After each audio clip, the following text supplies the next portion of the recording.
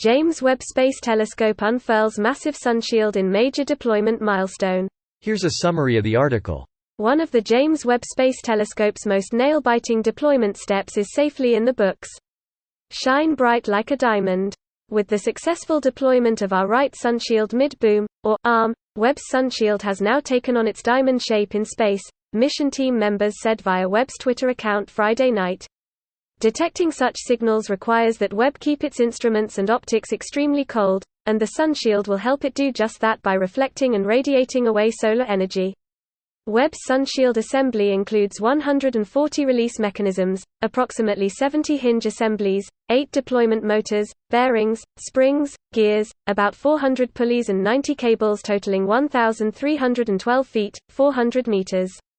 Webb spacecraft systems engineer Crystal Puga, who works at Northrop Grumman, the prime contractor for the mission, said in a video about Webb's deployments that NASA posted in October. Sunshield deployment began on Tuesday when Webb lowered the 2 pallets that hold the 5-layer structure. Unfurling the sunshield is a huge milestone, so Webb team members are likely breathing big sighs of relief after Friday's success.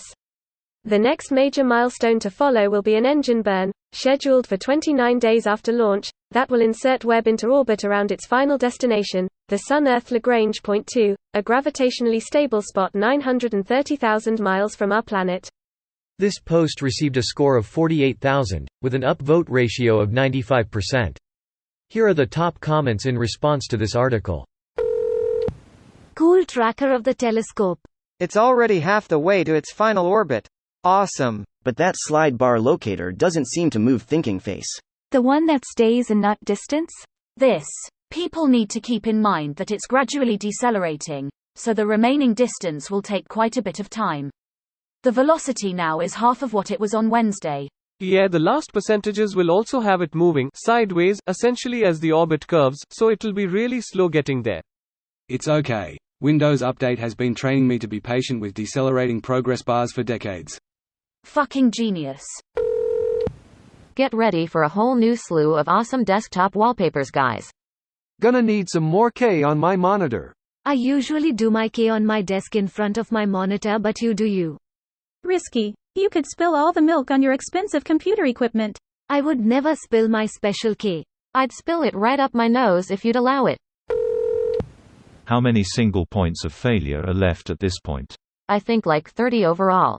Something like that. Amazing stuff. Greater than Webb's sunshield assembly includes 140 release mechanisms, approximately 70 hinge assemblies, 8 deployment motors, bearings, springs, gears, about 400 pulleys and 90 cables totaling 1,312 feet, 400 meters.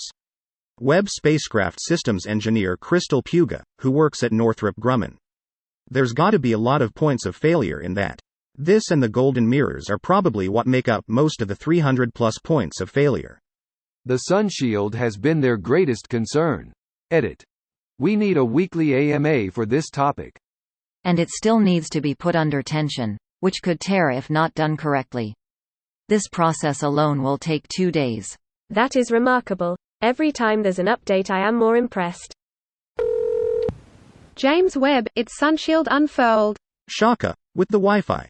James Webb, his eyes open. Webb, at Lagrange. I think people really need this whole telescope positioning thing to go well. Humanity needs something in the win column. What really bums me out is that we will never see it in its fully deployed glory because it's too far out for humans to travel yet, and its heat shield will always be pointed toward us and the sun. Maybe it can just hang out at L2 for 100 years until we can fly by and say hi. So that's why everyone was lighting fireworks off last night. Another week or so until the complex tasks of the main deployment phase are finished. I'd love to know, by the end of my life, that either there's life elsewhere in the universe, or that we are sending a long-term mission to some of many habitable but uninhabited planets to populate them with basic life. IMO, the universe is useless if there is no life in it. Intelligent life is best, but life should eventually lead to intelligent life, if given a few billion years and many millions of species to experiment with. It's just very, very annoying that sentient, sapient, intelligent life appears so rarely.